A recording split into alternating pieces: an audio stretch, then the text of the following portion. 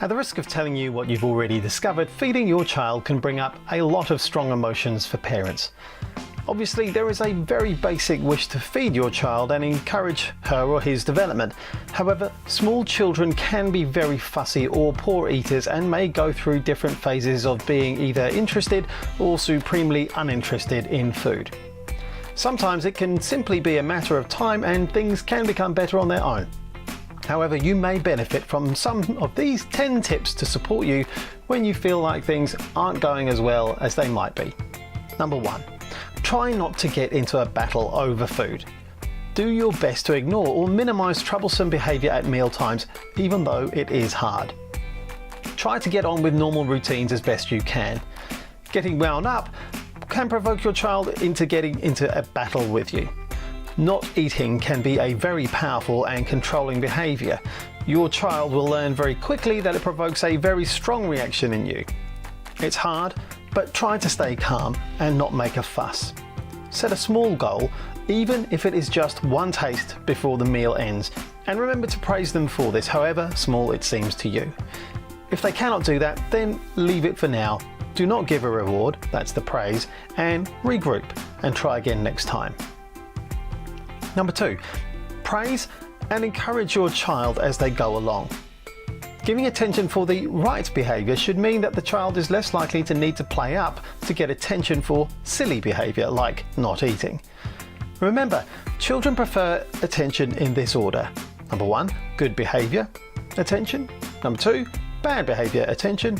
And number 3, no attention at all. Attention for bad behavior is preferred to no attention and will tend to reinforce the bad behavior and make it more likely that it will be repeated in the future.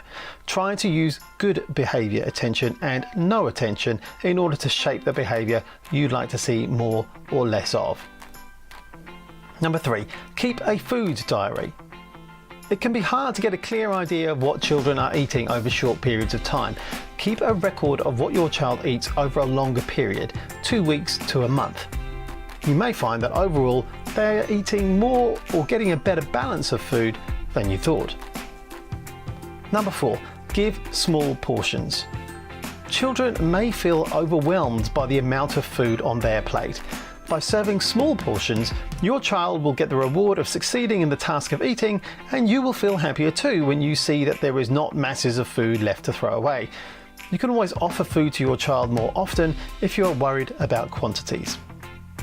Number 5, try not to use food as a reward. By rewarding your child's eating with treat foods like ice cream for dessert, you'll be making sweet foods seem even more special and better than other foods. It's fine to have ice cream and other sweet things occasionally, but beware of using them as a reward. Think of the message this sends your child. It's perhaps better to stick with non-food rewards when your child eats well. Remember how much your child values good behavior attention. Praise often works wonders. Number 6, use a sticker chart. Some people find it useful to use a sticker or star chart for each meal eaten. For example, 3 a day, 1 for each meal. Then after so many stickers, a reward can be given, like a non-food treat or a special story. Over time, the amount of stickers for good eating can be extended. For example, 6 stickers equals a reward, or 12 stickers equals a reward, until stickers are no longer necessary. Number 7, try to make mealtimes fun and positive. If feeding has been a long-term problem for your child, they may have very little belief in themselves as someone who can eat. They, and you, probably find mealtimes stressful and miserable. So try to make mealtimes fun and positive. Sit down with the whole family whenever possible, in the same place each time. Do not use distractions, just focus on the task. Don't let mealtimes drag on. End after 20 or 30 minutes. And remember to praise your child if they achieve the goal you set. Number 8, don't introduce lots of new foods at once. Start a positive eating routine with those foods that your child likes and very gradually introduce tiny amounts of non-preferred foods. Psychologists have found that, on average, it takes 8 to 10 tastes of a previously disliked food before it is liked.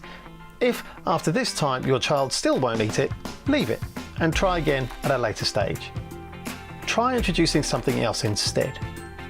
Sometimes children seem to go off foods they have previously liked. Remember that when children say, "I don't like it," what they often mean is, "I don't feel like it." Leave it and try again in a few days.